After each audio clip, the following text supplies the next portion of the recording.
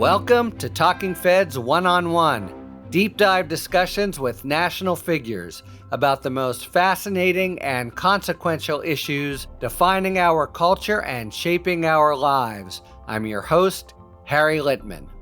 Okay, here we are with another Molly mashup where she talks politics, I talk news, and we try to figure it out together. This is like maybe half a dozen or something, but our first since November 5th, I think. So kind of gruesome and a lot of stuff to talk about. How are you, Molly? I'm good. Just another things day considered. in almost Trump's America. So let's talk. Actually, would love you to talk about this. So Trump World has a bunch of executive orders all lined up, and we don't exactly know the structure of them, but we know that there are going to be a lot of them. And a lot of them are going to focus on immigration, and probably a lot of them are going to focus on these kind of, I want to say, federal government smashing, kinds of things. Like maybe he doesn't take apart the Department of Education like he says he wants to, but there's going to be some kind of. So I'm wondering if you could talk to us about the sort of legality of executive orders and what can happen and what can't happen in them. Yeah. So first, you're totally right. My sense is a whole part of the workshop of Project 2025, maybe like third subterranean, is these executive orders. The law on it, Molly, is they really only control what the executive branch does. But the executive branch, like the federal government, has its hooks in everything. So you can really influence quite a bit, even if you're just giving commands to the executive branch. Now, the thing that's going to be easiest, like 1201 on the 20th, there's going to be all these executive orders rescinding Biden executive orders. Right. And those, there's really going to be very little way to challenge. That would be things like stay in Mexico, right? Well, so those, once we get to immigration, I think there's reproductive freedom, but also public lands and really all kinds of shit. But there are going to be others that will, just as they're gearing up on executive orders, that people will be gearing up to sue, and the real question is going to be whether they're divesting rights that third parties have. And there's a whole complicated stew of law about when executive orders can be challenged. But basically, the easiest time is to just order the federal employees. Here's my executive order. Everyone wears a tie who works for the executive branch. Not much to do about that. But the executive order, everyone who contracts with land or certain climate change stuff or whatever has to have these kinds of procedures. Now there's going to be lawsuits. In general, there's going to be, dozens and dozens of lawsuits sort of from day one. But that's the basic distinction. Anything big and nasty they want to do, if you want to talk about abortion or immigration and the like, he won't be able to do. This is a gross generalization, but it's largely true. Just by a stroke of the pen, then the litigation will come. Right. And so I'm just curious, how could you protect? I mean, for example, when it comes to executive orders that talk about deportation, I mean, from churches, from schools, from hospitals, is there anything that legislators can do, or can the courts, that the courts can stop them? Yeah, so I'm first thinking about the courts, and the answer is yes, and that's going to be, the battle is going to be really joined at two levels. Level one is going to be the people themselves, and I think you probably know there's a shadow army, really an army, it's impressive, of litigators, including, big shot pro bono types lining up to represent people who they try to deport. And that's a very good example of something that an executive order can't just do away with. They have vested rights, and there's a whole system, and the president doesn't just declare it null and void. That's the authority there comes from Congress. And then the other level is going to be state authorities. There's going to be blue states especially who say, you can't screw with me on that. These are our citizens.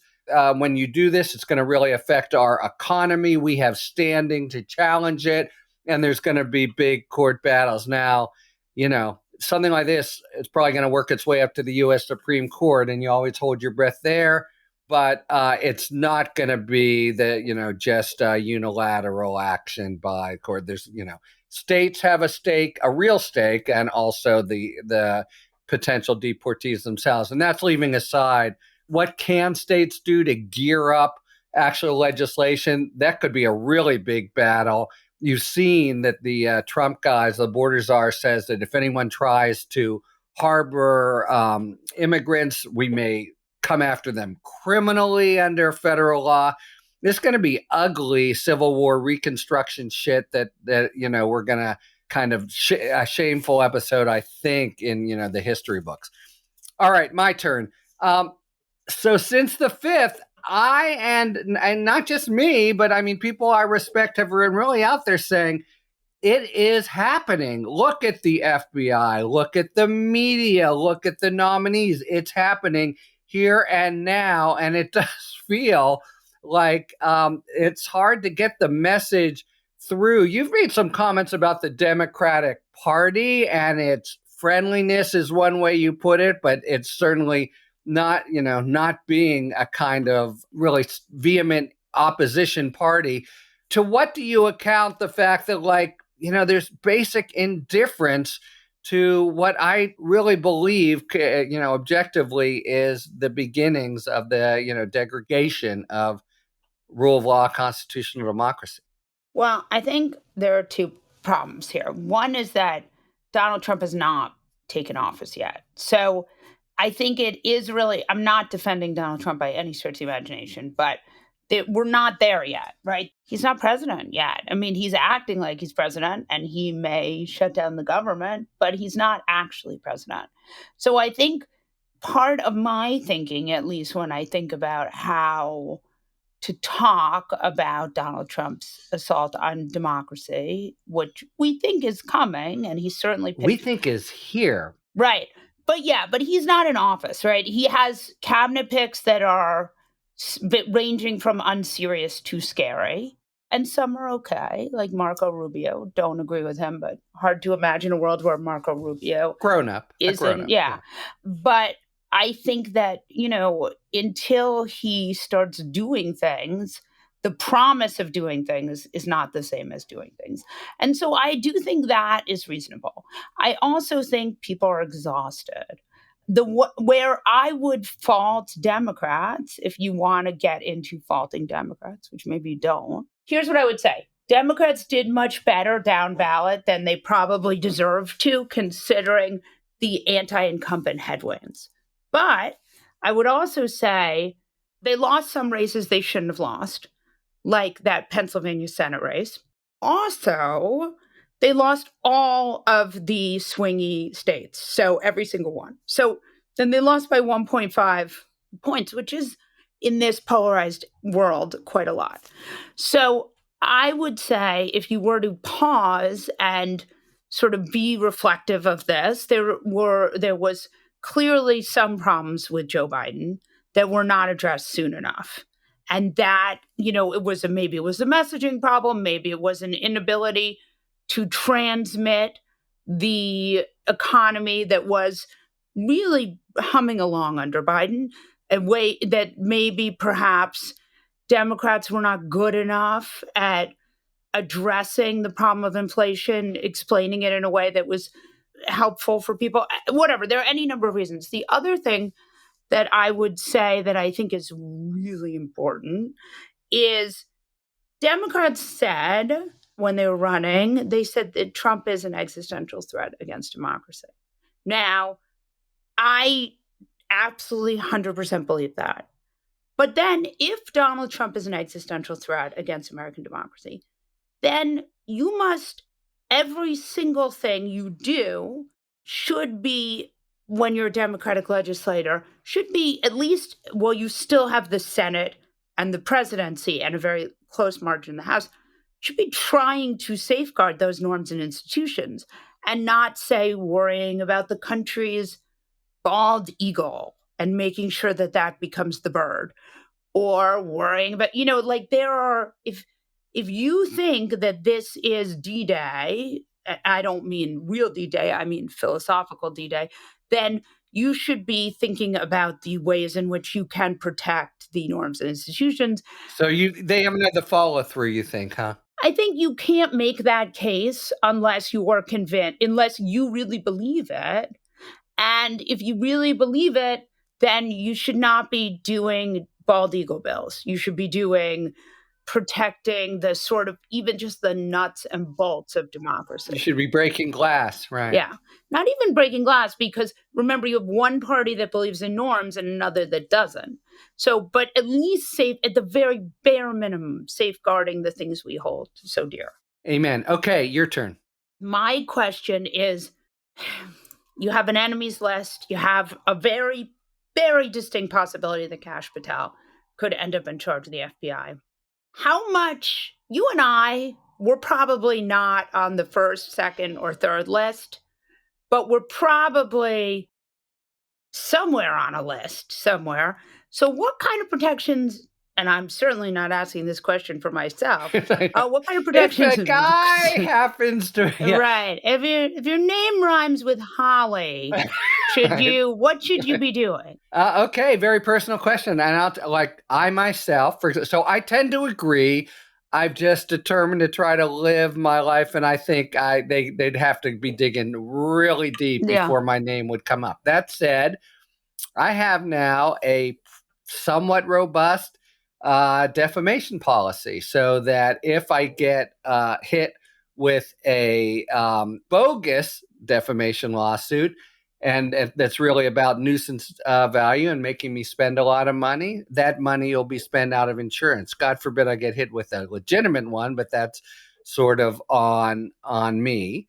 I'm being damn sure that my taxes are in order and going through with accountants now, because that's going to be, I mean, if your name, Molly, comes up on the list, the question I think will be first and foremost, how to harass you, how to make you miserable, how to drag you through the mud, rather than, the threats now against Liz Cheney, contemptible on Loudermilk's part, but they're not going to have anything criminal on her. And if that happened, the courts would be there to protect. But there's things they can do to really make your life annoying. Yeah, and maybe even a little more than annoying. So I am, in fact, kind of shoring that up. I feel a little bit like, crap, I can't believe it's come to this, but I do a final read of everything I write.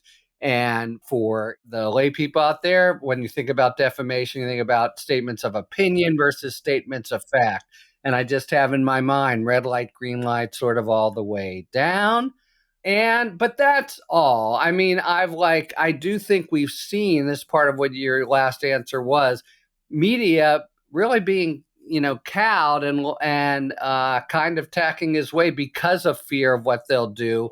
And I've, if anything, tried to become more independent. I left the LA Times, so I don't have to be subject to others' kinds of coward or whatever, or flinching, on that basis. I mainly myself, the main thing I'm doing is, self-therapy or whatever, to just be assured that the North Star is telling the truth, and, trying not to be too nervous as a result. But I got the defamation policy. And then there's some things, if it really, really gets ugly, and you get a subpoena for something, there's you've got to suck it up. At that point, there really is a phalanx of people out there, I think, ready to help. My grandfather, I'm not going to talk about it anymore because I always talk about it, but would not be the first person in my family to go to jail. Yeah, well, because the McCarthy era, right? Yeah. God bless him, by the way. Yeah. Not just as a person, but as a writer. But also, we got to be brave. I mean, it's what George Conway. Yeah, that's it. About. I mean, that's right. I have a question for you. No, you don't, because it's my turn. All right, okay. Yeah, that was it. But speaking of Nazi Germany, you posted an Instagram. Well, I'll just cut to the chase. Elon Musk. You said he's birthed a mini Trump and his name is Elon Musk.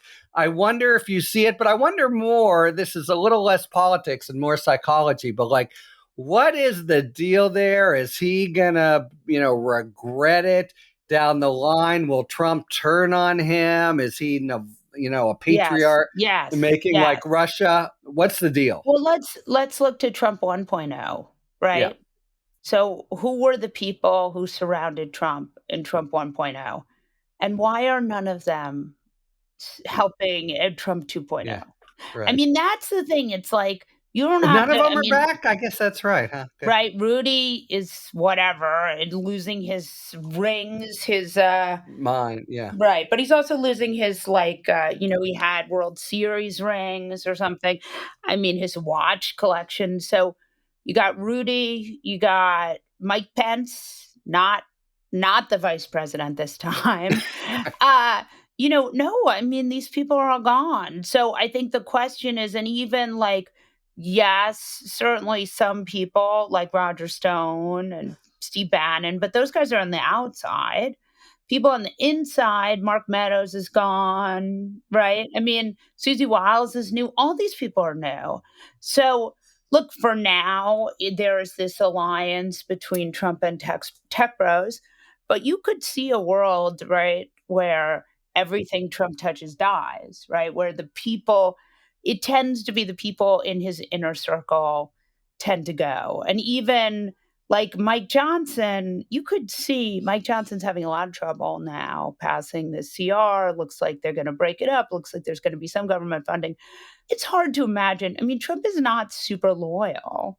So I'll be curious to see how this plays out. I don't know when Trump gets sick of Musk. And look, Musk has a lot of money, right? He's the richest man in the world. So Musk, Trump is not going to be able to just snap his fingers and get rid of Musk. But there certainly feels like there's quite I would not bet on that friendship in the long term. Yeah. And there are some very rich people in Russia who Right. lost a lot. Right. Right. Okay, my question for you. Your turn. Yeah. You left the LA Times. The owner of the LA Times, he's all over the place, but it seems like he's very Trump curious and wants to, I mean, talk about a billionaire who is just all about getting his hands and everything. Talk to me about why you left the LA Times. Yeah. I mean, I don't. I didn't mean to sort of take it out on him personally, and well, yes, I did in a way because it was his conduct. He is trying to have his hands in everything, the Lakers, etc. But I think that's what has given Trump this the bad thing, and it's also happened. I think it's part of what happened with ABC and Disney. It's part of what happened with the Washington Post. The legacy media have these big corporate holdings, and that's I think what they're scared of. The boardroom at Disney or Bezos thinking about Amazon, they're not caring about the paper per se. So it did seem to me, I don't want to psychoanalyze them, but the actions stand for themselves, and they've just gotten worse in the last couple of weeks. It just came out, I think, yesterday that he wants to have a hiatus on writing about Trump. And then before that, the idea was if you write anything about Trump, you need to have something on the other side. And then before, there's the notion that if you write anything about Trump, he wanted to see a draft first, and he wanted to know the name of the drafter. And look, if this were a concerted sense that like Trump has really been treated unfairly on the merits, and the crazy liberal press just takes off after him, it'd be one thing. But it isn't that. Nobody, it's just, and this goes back to our first question, Molly, the stakes are high, and it's a time for choosing. And the notion of balance, as I put in the Substack explaining it, there's on the one hand, on the other hand coverage, which is what he's trying to think like is a sort of very well packaged defense. There is no other hand. The first sort of North Star responsibility of the papers have to be for just giving the facts and the truth. And we have a situation in which time and time again, I think maybe 100% of the time when something big happens, Trump is driven by a lie. And there's, you were beginning to analyze the election results, but at least part of what happened is that a lot of people got fed accounts of the news that obscured that. And so if the press isn't allowed to do that on some bogus idea of balance, we're in grievous shape again. And it goes back to what I was saying before, that we are in this really difficult moment where a lot of guardrails are already being mowed down, and you really have to look to the press. I mean, what I'm trying to do myself, and I think more people are doing it, including you, is have your own kind of independent voice, so at least people can just judge you on your own words, but no one can think you're being asked to shade and you're agreeing to. When you contrast what is happening here with, say, Watergate, or what do you expect of the media, and you compare it with what has happened in societies that have devolved toward authoritarianism, like Hungary, it's fucking terrifying, I think. Yeah. All right. Speaking of weird, terrifying developments in American society, I wonder what you think about the kind of lionization of Mangione, the guy who did the cold-blooded, killing of the CEO of healthcare, right outside a New York hotel. America has this funny kind of history of vigilantes, but do you think it's the current political climate? What do you make of the sympathy that he's eliciting, and especially, to the extent you can break it down this way, among younger voters? He really is, sort of has found a number of champions among this Generation X crowd. So I would say, look, this guy killed someone, right? Killing someone is bad. Okay, I think we should, even no matter who we can get together on that. Yeah. Yeah, you shouldn't kill people.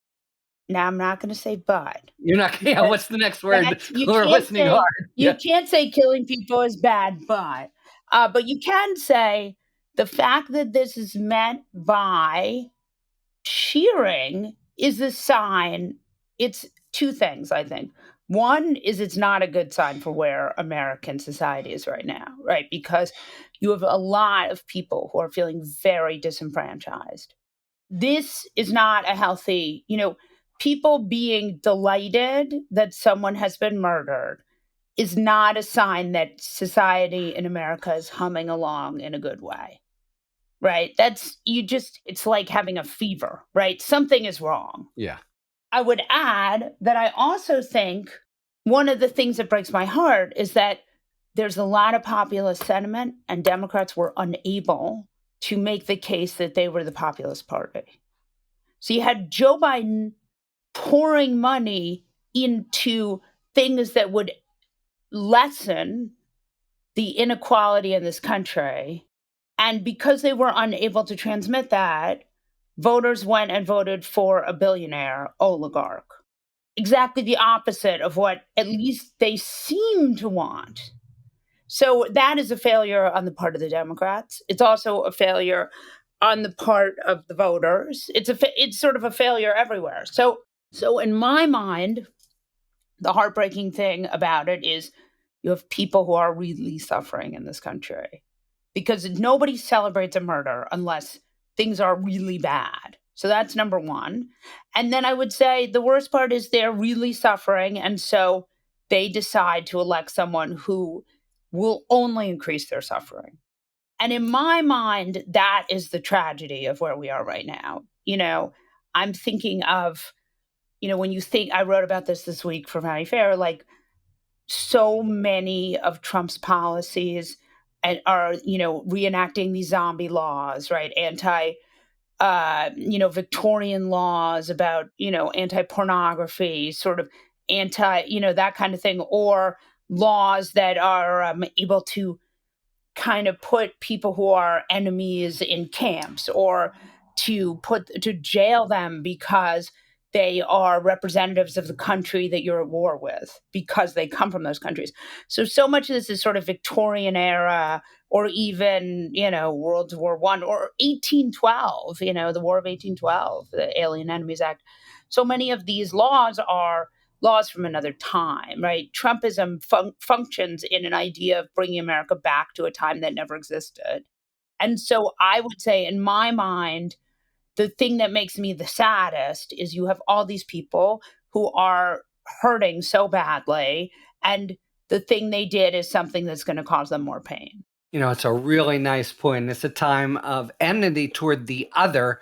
And, the other can be many incarnations. Molly, we're out of time again. It's always so fun to do it. See you in 30 days. I just want to pick up one little strand and tell everybody, if you do not know Howard Fast, not just his story, but his writing. He was my dad's favorite, one of the first grown-up type novels I read, still really relevant and germane, and dust him off. What's the big one? Is it Freedom Road? No? Freedom Road or Spartacus. Oh, Spartacus. Yeah, the source of the great movie. Yeah. Okay. Happy holidays to all, and see you in January. Thank you. Thanks, Harry. Thank you for tuning in to One on One, a weekly conversation series from Talking Feds. If you like what you've heard, please tell a friend to subscribe to us on Apple Podcasts or wherever they get their podcasts, and please take a moment to rate and review this podcast. You can also subscribe to us on YouTube, where we post full episodes, talking books, and bonus video content. Talking Feds remains one of the very few independent productions out there.